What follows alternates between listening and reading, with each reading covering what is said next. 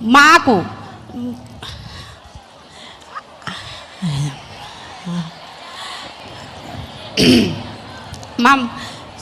మాకేముందంటే మా 60-70 సంఘాలు ఉండే సార్ మా ఊళ్ళో. 70 సంఘాలకు గ్రామ సంఘం బిల్డింగ్. నీ పేరేమో అన్నావు మళ్ళీ చెప్తాలి. పద్మమ్మ సార్. పద్మమ్మ ఏ ఊరు? పోలేపల్లి సార్. పోలేపల్లి ఏది మన గుడి?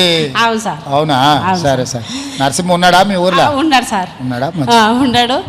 మన ముఖ్యమంత్రి మన కోసము ఎంత పోరాడుకుంటా ఈ రోజు మన అందరుని తోలుకొని విమానంలో వచ్చిందంటే మన అక్కజల్లండ్రు ఈడ కోగిలా ఉండరు, ఎదురు చూస్తున్నారని పేరు పేరున మనల్ని తలుసుకుంటూ వచ్చిండు మన ముఖ్యమంత్రి. అంటే మన అన్న, మన సీరియల్ ఇన్ఫామ్ చూడు, మన అన్నకు ర్యాకెట్లు కడితే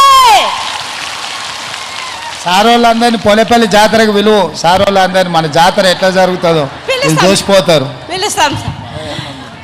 ర్యాకెట్లో పుణ్యానికి ర్యాకెట్ కడితే మనం ప్రసాద్ సార్ ఉన్నాడు కదా సార్, అమ్మమ్మూరు పోలేపల్లి మన స్పీకర్ సార్, మాకందరికి మైకులు ఇచ్చేది ఈసారి మాట్లాడి.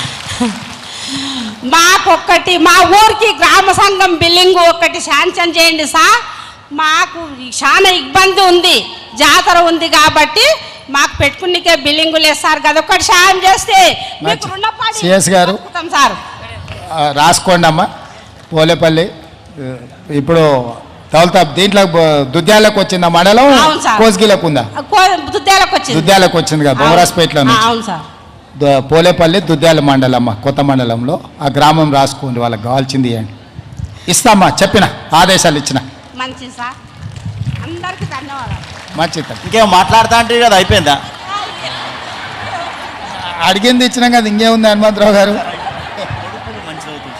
పిల్లలు ఏం చదువుకుంటురమ్మా?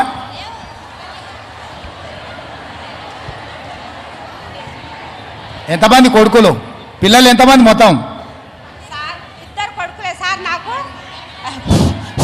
ఇద్దరు కొడుకులు సార్. ఒక కొడుకు, పెద్ద కొడుకు ఇంజనీర్ సార్, చిన్న కొడుకేమో డాక్టర్గా చదువుతున్నాడు హైదరాబాద్లో లోకల్ హాస్పిటల్లో సార్.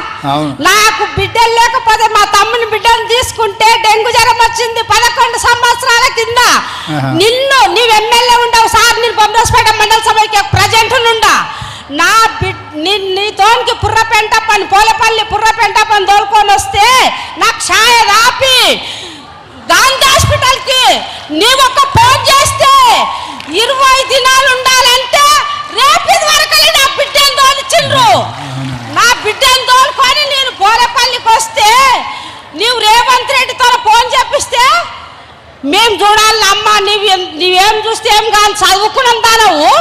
రేవంత్ రెడ్డి ఫోన్ చేసిండమ్మా అంటే నేనేమనలేను సార్. మీరు నీ వల్ల నా బిడ్డ బతికింది సార్, నడుపుకున్న పిల్ల. ఓకే సంతోషం. నా బిడ్డకి 2 కొడుకులు సార్. అవునా? అవును సార్. దత్తు తీసుకున్నావు? అవును సార్.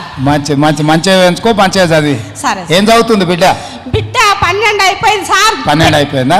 మంచిగా చదివి. ఓ కొడుకు ఇంజనీర్, ఓ కొడుకు డాక్టర్. మరి ఏమైనా ఏం చదివిద్దామని ఐఏఎస్ చెప్పి మంచిగా చదివించి చేపిస్తా సార్. మంచిదమ్మా, మంచిది, సంతోషం. ఒక్కసారి గట్టిగా పద్మమ్మ గారు గట్టి చప్పట్లు కొట్టాలా?